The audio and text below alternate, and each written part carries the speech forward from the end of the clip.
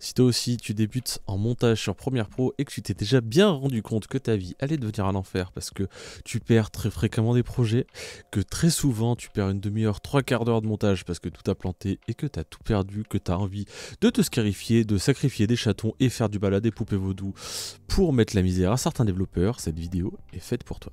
Alors tu te rendras vite compte que le meilleur ami de ta vie de tous les jours, ça va être deux boutons.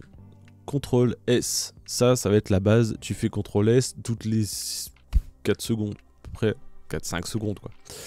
Mais il y a d'autres solutions qui seront un peu plus efficaces, parce qu'à un moment donné, on est tous absorbés par le montage et on oublie pendant de longues minutes, voire heures, de faire des sauvegardes. Alors, on passe directement sur Premiere et je te montre comment sauver ta vie et éviter de faire du mal aux gens.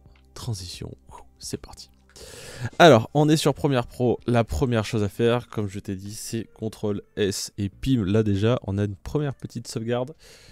Tac! Et ça fait plaisir. Ensuite, on va avoir une autre solution qui sera pas vraiment adaptée à ça, mais qui peut te permettre quand même d'éviter les crises de nerfs, c'est de créer une nouvelle séquence. Tac. Qui va être juste là. Et de temps en temps, tu crées une nouvelle séquence. Et tu viens prendre l'entièreté de ton projet, tu fais un CTRL-C, tu vas dans la séquence ici, tu fais un CTRL-V. Et déjà, tout ça, c'est sauvegardé dans une nouvelle séquence.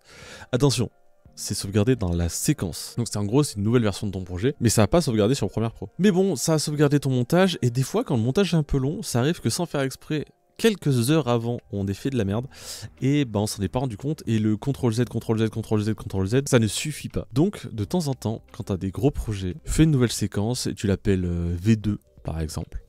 Et du coup, tu retravailles sur cette partie-là et ça te permet justement de sécuriser un maximum ton travail. Ça, je le fais pas souvent, mais sur les très gros projets, je le fais quasiment une ou deux fois par jour.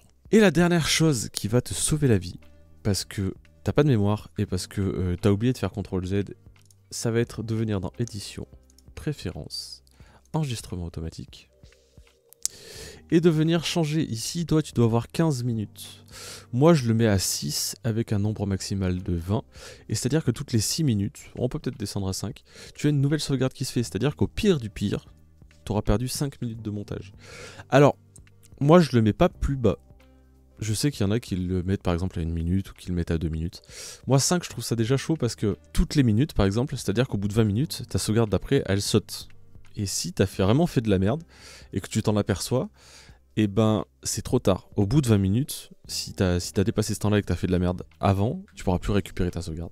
Alors que là, ça commence à causer. On est sur 1h40 de sauvegarde, on peut commencer à être pas mal. Là, si vraiment on a fait de la merde 1h41 après, c'est pas de bol, mais on a quand même du temps pour s'apercevoir de notre bêtise. Alors que 20 minutes, en vrai, ça passe quand même relativement vite. Tac! On n'oublie pas de faire OK pour valider.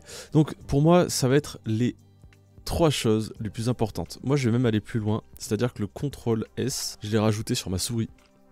C'est-à-dire que j'ai un bouton raccourci et CTRL S, dès que j'ai fini un truc un peu compliqué, un peu long à faire, je fais un clic et ça sauvegarde. Et ça marche vraiment hyper bien.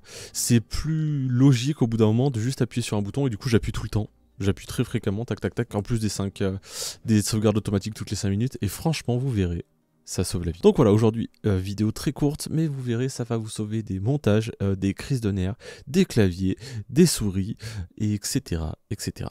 Bon, j'espère en attendant que ça vous aura aidé, et je vous dis à la prochaine. Ciao.